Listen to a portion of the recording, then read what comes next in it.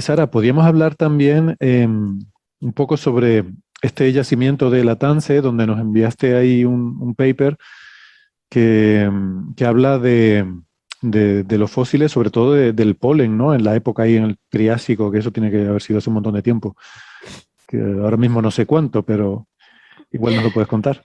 Sí, de Triásico de Latance ya hablamos ya hace un tiempecillo, en 2018, ¿os acordáis cuando hablaron de Paraenodus? Ujú. Entonces, que fue el equipo además formado por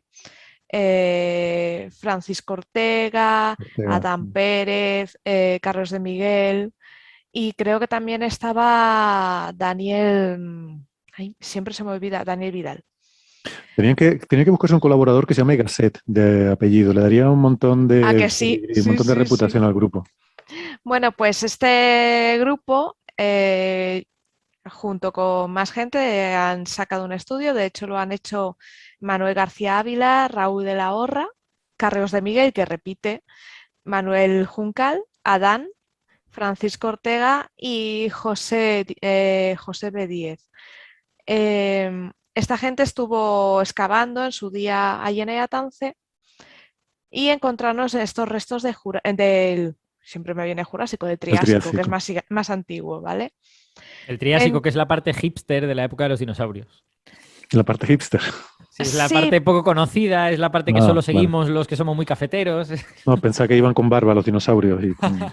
a ver, el De qué Triásico comenzó época, cuántos años antes del presente estamos hablando? hace 251 millones de años, comienza y acaba hace 201 millones de años, Vale. Hay que ¿vale? pensar que empieza Entendido. muy mal, porque empieza con la Con, extinción del Pérmico Triásico. efectivamente, Vale. empieza con muy poquita fauna, empieza raro y luego al final del Una Triásico, pregunta, perdona, que no tiene que ver con esto, pero siempre me surge cuando hablamos de estas cosas, cuando decimos poca fauna, ¿estamos hablando de biodiversidad o sí, del número de organismos? Quiero decir, estamos diciendo que hay pocas especies, pero muchos animales, porque puede estar la Tierra llena de animales, pero ser todos de cuatro o cinco especies la diferentes. extinción del Pérmico fue bastante brutal, por lo que Mm. yo Vale. tengo entendido. En cuanto Pero a Eh, luego especies, rápidamente se repobló con unas pocas especies, o cuando decimos que había pocas especies, también queremos decir que había en general pocos bichos.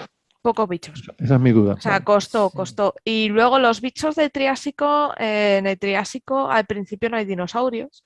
Empiezan a aparecer protodinosaurios al final. A Entonces mitad, a hay, mitad, a mitad ya tenemos. sí, Hace 235 ya hay protodinosaurios, sí, digamos. digamos que y es cuesta. Sí que tenemos a lo que viene siendo un poco los primeros, los antepasados de los mamíferos, esos vienen de ahí, que son animales muy, muy curiosos.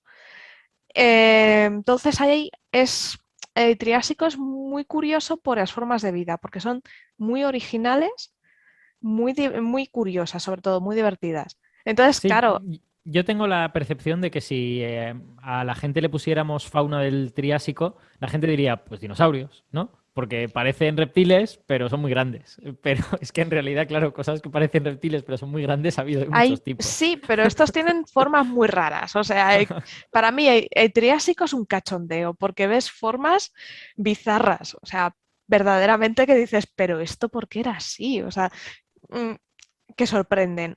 Y de Sí. ahí tenemos a animales, pues eso, como estos que aparecieron aquí en el Latance, que además tuvieron la suerte de que la zona de arenisca de Latance conserva muy bien. Entonces son fósiles muy bien conservados. Para el Nodus el cráneo se encontró muy, muy conservado, pero el bueno, vamos a decirlo, Paludidraco multidentatus, que cuesta decir ese apareció prácticamente entero. Entonces, es una gozada. O sea, decir, tienes un animal tan grande que te permite conocer muy bien esa fauna, pero sí que esa investigación se quedaba coja porque decías, vale, animales triásicos. Tienes dos animales que parecen más basales que otros que encuentras en Europa, ¿Qué quiere decir más ya basales? más antiguos, Ok. formas menos diversificadas, digamos, menos especializadas. Por ejemplo, Paludidraco hay un Paraenodus, que es Enodus en Alemania, que su forma, su cráneo, está ya más especializado que el suyo. Por eso Paraenodus es Paraenodus, porque se pensaba en su descubrimiento que era más antiguo, ¿vale? Que era el predecesor. Entonces, esto se dio por hecho, pero esta gente se queda con la cosa de jolín. Necesitamos datar y necesitamos datar con precisión, porque las capas de la Tierra no te proporcionan la precisión que debes. Todo se Bueno, tranquila.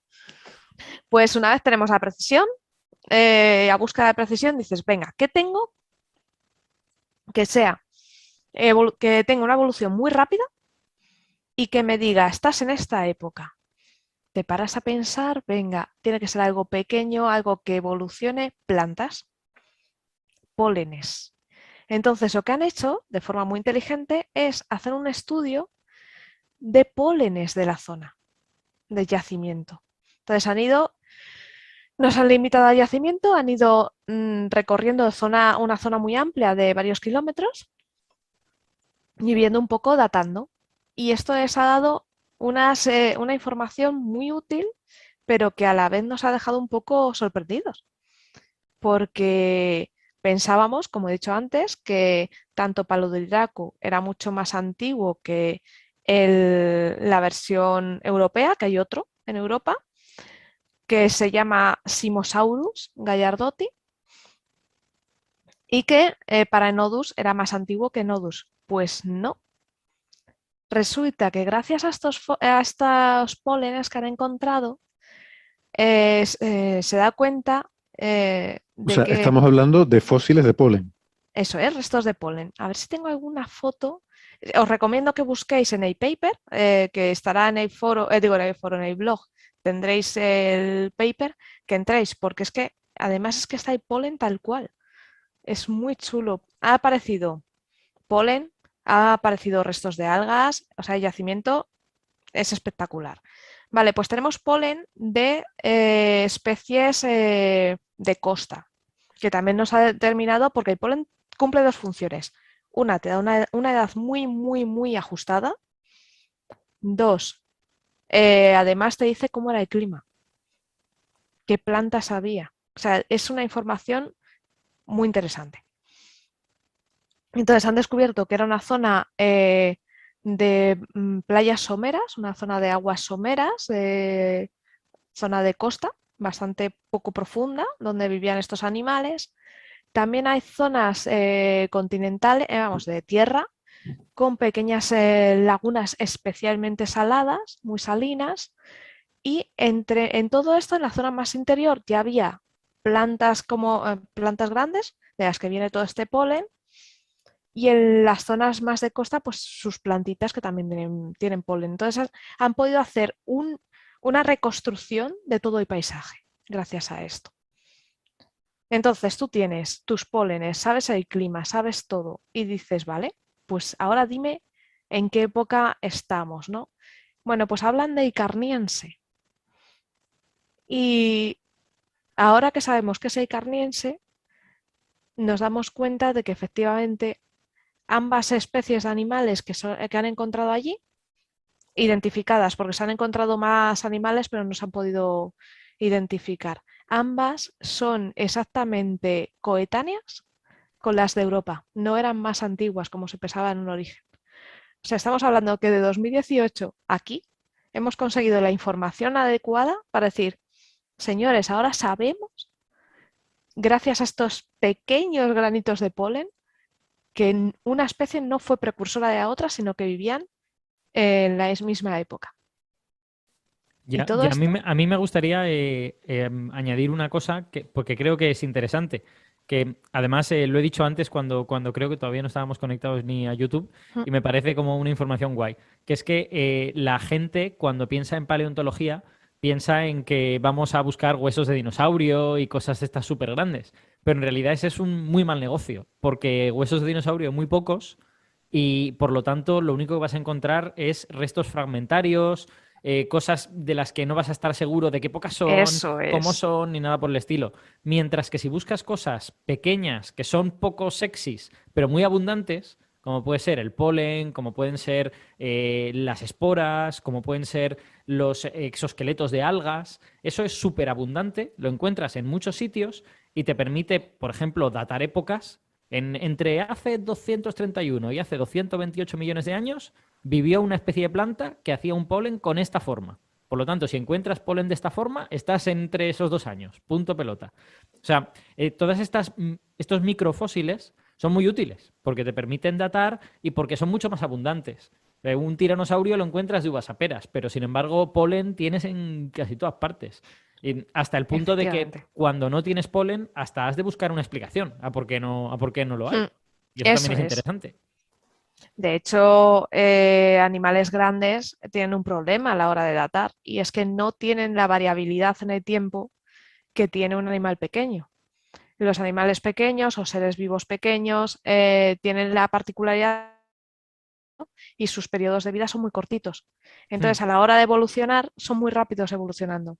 En muy exacto. poquito tiempo han cambiado, la especie cambia. Y eso te permite datar con muy buena precisión. Sí. Mientras que un animal grande, como es más lento, vive más años y ya no puedes datar. Claro, aquí estamos hablando de polen porque hablamos de ecosistemas terrestres o digamos Eso de es. lagunas, pero si estuviéramos en el mar, pues a lo mejor estaríamos hablando de pequeños crustáceos o estaríamos hablando de exoesqueletos de algas, de otro tipo de cosas que también son pequeñas, abundantes y que evolucionan rápidamente. Exacto. De hecho, en los estudios que enumeran en el artículo, porque no solo enumeran los estudios eh, de polen, sino que también enumeran estudios geológicos y un montón, y han encontrado toda esta zona es famosa porque hay restos de pequeños animales marinos.